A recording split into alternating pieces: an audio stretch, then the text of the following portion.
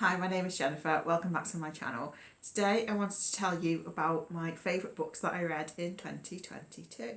So, in 2022 I gave 12 books 5 stars. I only give 5 stars to a book that gives me that indescribable extra feeling. So it's difficult to describe the difference for me between a 4.5 and a 5-star book, but it's got to give me that extra little spark, little something. Last year, funnily enough, I also gave 12 books 5 stars, even though I read a lot more books last year than I did this year. There will be a stats video coming up soon. So of the 12 books that I gave 5 stars, 5 of them were actually rereads and 7 were books that I read for the first time. Only 2 were books that were published in 2022. So I thought I would start off talking about the rereads that I gave 5 stars to. And obviously, you know, I'm more likely to give a reread 5 stars because I'm rereading it because it's a favourite book, generally speaking. So in no particular order, my 5-star rereads were The Behaviour of Moths by Poppy Adams. I think this is also published as either The Sister or The Sisters.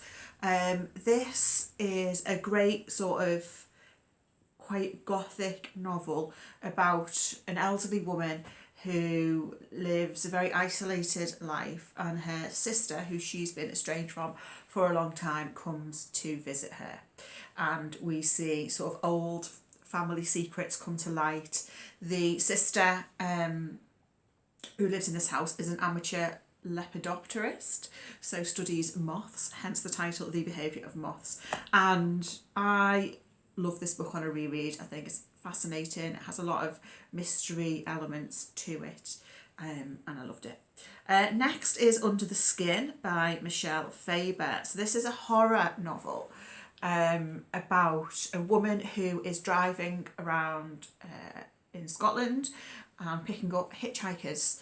And as the book goes on, we find out more about this woman, who she is and why she is picking up these male hitchhikers. I can't say too much more about the plot other than that, but I just love this book. It's so good. I really like the main character of the book. It was made into a film starring Scarlett Johansson. I haven't seen the film. I've heard the film is terrible, however, so don't let that put you off from reading the book. Next, we have one of my favourite authors, Fingersmith by Sarah Waters. So this is one that I only reread in the last month or so. It's historical fiction following a young girl called Sue Trinder, who is part of a gang of sort of petty crooks, and she becomes embroiled in a scheme to swindle a young woman out of her inheritance. And it is just fabulous. Such an immersive novel for me. I love Sarah Waters' writing, and this was just so very enjoyable. Next, let's go for a classic, The Picture of Dorian Gray by Oscar Wilde. I read this for the first time a few years ago and absolutely loved it, so I wanted to revisit it. It's one of my favourite classics, I think, up there along with probably Frankenstein. Very plotty, great characters, great writing, superb. Next, for the reread, is this the final reread? I think it is. Final reread is Piranesi by Susanna Clarke. So this I read for the first time when it was first published in 2020. Then it won the Women's Prize last year, didn't it, in 2021? So I wanted to revisit it because I remember the first time I read it, I was just like absolutely mesmerised by it, and again thoroughly enjoyed the reread. You probably know what this is about. It's about Piranesi, who is sort of stuck in this labyrinth filled with sort of statues, and as the book goes on we find more about who he is and why he's there. So those are the 5 books that I reread and gave 5 stars to. I did do some more rereading, but I didn't necessarily give all my rereads 5 stars. Now on to the 7 books that I read for the first time in 2022, which I gave 5 stars. So these are in no particular order, but I will save for last the one that I think is probably my favourite of the year. Okay, first we have The Secrets of Hartwood Hall by Katie Lumsden. So this is a book which is not actually published until I think it's March 23. It's historical fiction about a young woman who's widowed, who goes to work as a governess, sort of looking after this young boy. It's very gothic, kind of reminiscent of sort of Jane Eyre vibes. It's wonderfully written. Characters are great, very plotty, and I just absolutely loved it.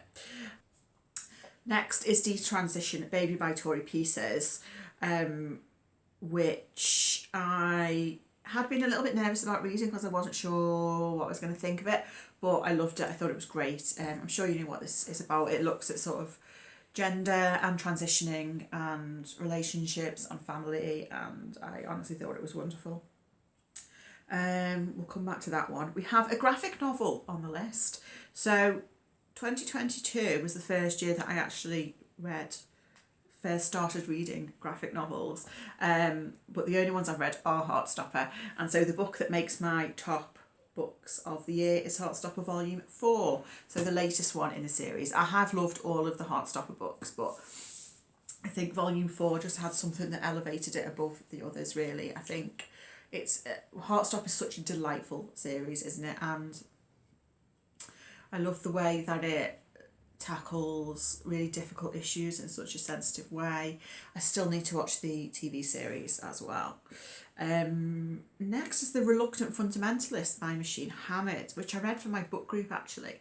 And The Reluctant Fundamentalist is about, so you as the reader, so it's sort of second person, you are sitting outside this cafe in, I think it's Lahore, and this stranger comes up and starts talking to you, sits himself down, basically starts telling you his life story. It's a fairly short book. It has a lot of intrigue. It has the propulsion of a thriller as you try to figure out who this man is, why he's sitting down, why he started telling you all this stuff. I loved it. Next, okay, so there are the two books on this list which were published in 2022 are both horror novels, funnily enough. The first is one which I imagine will make several people's favourite list, and that is Our Wives Under the Sea by Julia Armfield. So this is a very sort of gothic, kind of slow burn, understated horror novel about a couple who, one of them has returned from this deep sea mission, and her wife feels like somehow she has changed, that this mission has changed her. So it's really about the breakdown of a relationship, but I love the direction this book goes in, which I won't say what that is, but I just thought it was just wonderful. And then the other horror book on this list is one that I've not heard that many people talk about actually, and it's We Spread by Iain Reid.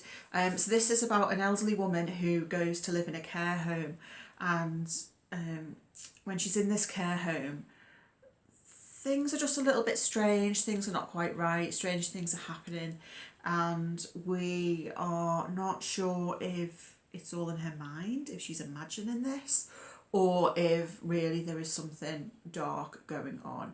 It has that sort of, just that real creeping sense of dread that I really enjoy. And I feel like Iain Reid might be a new favourite author, because last year, I'm Thinking of Ending Things was one of my favourite books that I read in last year, as in 2021. So yeah, so I need to pick up Foe, which is the only one by him that I haven't read yet. And then finally, let me just check, I have spoke about all these other books, and I have. So the one that I think is probably my favourite of the year, but I read this, I want to say maybe February, so, and I have a terrible memory, so I can remember I love this book, although I don't remember an awful lot of detail about the plot.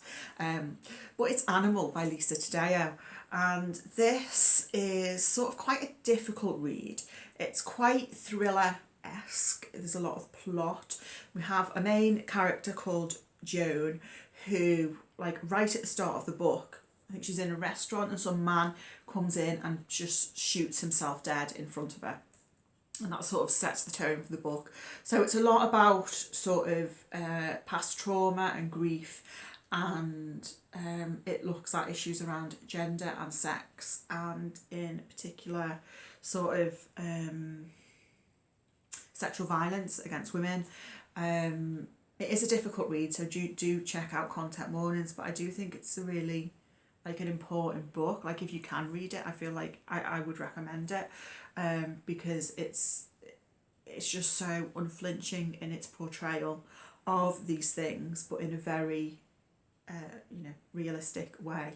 And we also have, in a similar way to the Reluctant Fundamentalist actually, a level of intrigue in that Joan is sort of telling her story to someone, and there is a you who is referred to at points throughout the novel, and it's only as we go through that we come to understand who the you is that she's telling her story to. So those are all my 5-star reads of 2022. I think it's quite an interesting list. Definitely, mystery and intrigue sort of plays a part in most of those books, I would say. I've had a good time rereading some favourites as well this year.